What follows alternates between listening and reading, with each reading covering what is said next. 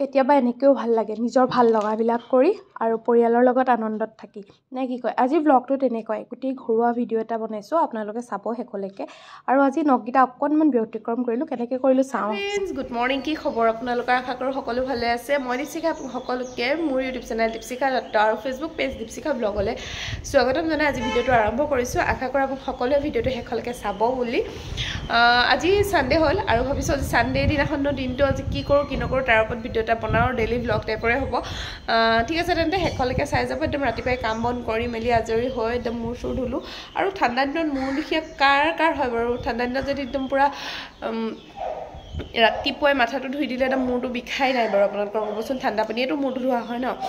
মইতো একদম পূৰা সেই মাজতে অলপ দিন বতৰ বেয়া হওঁতে একদম দুপৰীয়া মানে মূৰ ধুবলগীয়া হৈছিলে, ইমানেই ঠাণ্ডা পৰিছিলে।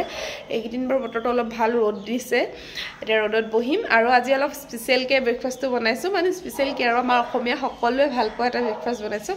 বলক কি বনাইছোঁ। আৰু এয়া পাপাৰ কাৰণে চিৰা জলপান পূৰা গৰম গাখীৰ দি দিছোঁ, কাৰণ তেওঁ নেখায়, আমি খোৱা। ব্ৰেকফাষ্টটো হ'ল এয়া সকলোৱে ফেভৰেট বৰা চাউলৰ জলপান, আৰু এইফালে সৰু আলুৰ ব্ৰকলি ভাজি, অকণমান জলফাই আচাৰ লৈছোঁ টেষ্টৰ বাবে মই নিজৰ, আৰু বগৰী আচাৰ। এনেকৈ প্লেটখন কাৰ দেখি লোভ লাগিছে জনাবচোন। মোৰ একদম প্ৰিয় এখন।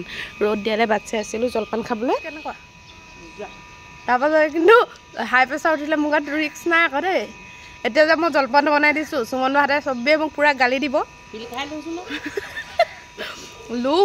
লোভে মেইন আমাৰ কাৰণে। আৰু আমাৰ ঘৰত বৰা চাউলৰ জলপান খোৱা মানুহ মানে বিশেষকৈ 3-4জন বুলি ক'ব লাগিব। মাইনা ইমান এইবিলাকত ইণ্টাৰেষ্ট নাই। পৰাগ দা, মই আৰু মাটো একদম চব ফেভৰেট হয় নাই? বহুত প্ৰিফেৰেট।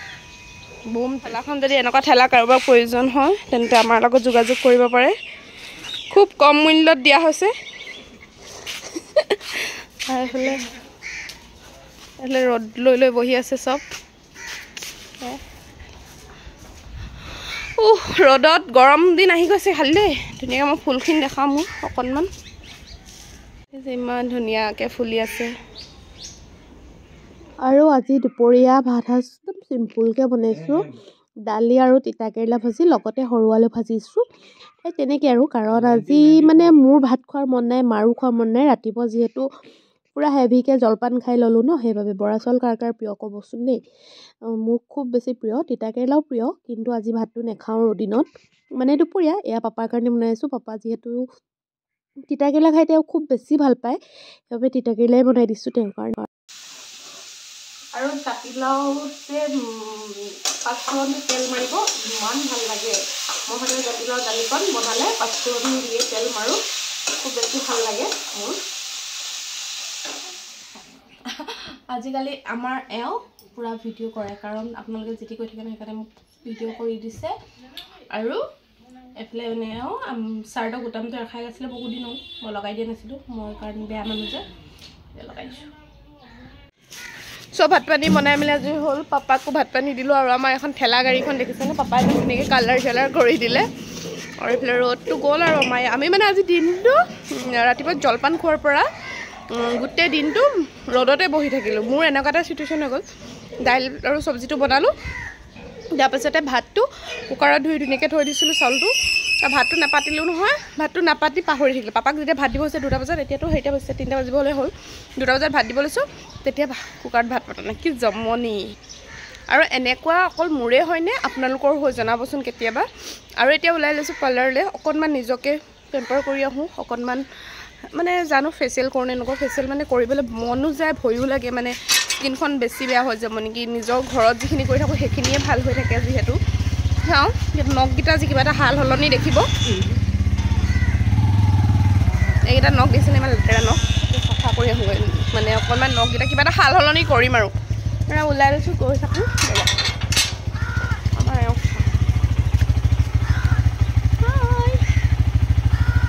চেল্ফি এখন মাৰোঁ ৰ'ব, এনেকৈ চাই থাকক, মই সেইকেইটা দিম। আৰু এতিয়া আহি পাই গ'লোঁ পাৰ্লাৰত। এয়া নখকেইটা অকণমান কিবা এটা কৰোঁ বুলি যে কৈছিলোঁ, এয়া নেইল এক্সটেনশ্যন কৰিব আহিছোঁ। আৰু এইফালে মোক পূজাই মাতিলে, তাই বোলে মোৰ নখকেইটা অকণমান বেলেগ এটা ষ্টাইলত সজাই দিব। আৰু এয়া কাম মানে কৰি আছে আৰু বহুত দেৰি, মানে মই ভাবিছিলোঁ কম সময় লাগিব, কিন্তু নাই, বহুত বেছি দেৰি লাগে। এইবিলাক কামত মানে মই বহি মেলি যে এইবিলাক কাম কৰি আছোঁ ধৈৰ্য ধৰি পিনে সেইটোৱে মোৰ বাবে বহুত বেছি, কাৰণ ষ্টাইল মেইন নে কি কয়। আহকচোন দে নখকেইটানো কেনেকৈ শেষ কৰি মেলি সজাইছে সেইটোকে চাওঁ। আৰু এয়া ফাইনেল ৰিজাল্ট কেনেকুৱা লাগিছে জনাবচোন। মোক কিন্তু খুব বেছি ধুনীয়া লাগিছে। আৰু আপোনালোক যদি কোনোবাই আপোনালোকৰ স্পেচিয়েল দিনটোত নিজৰ নখকেইটা ধুনীয়া কৰি ৰাখিব বিচাৰে তেন্তে দুলীয়াজানৰসকলে ষ্টাৰ মেকআপ একাডেমীলৈ আহিব পাৰে। 16 নম্বৰ তিনিআলি একাডেমীখন আছে কমলাবাৰী ৰোড। ঠিক আছে, তেন্তে মই ফোন নাম্বাৰটো দি দিম, চাই ল'ব। ঠাণ্ডা বতৰত জুইটো মেইন, এয়া জুই জ্বলাই দিলোঁ। আমাৰ এইফালে লিঅ', এইফালে সুমনদাই পিঁয়াজ চিয়াজ কাটিছে আৰু ৰাতি সাজৰ কাৰণে। এইফালে মোৰ নখকেইটা কেনেকুৱা লাগিছে।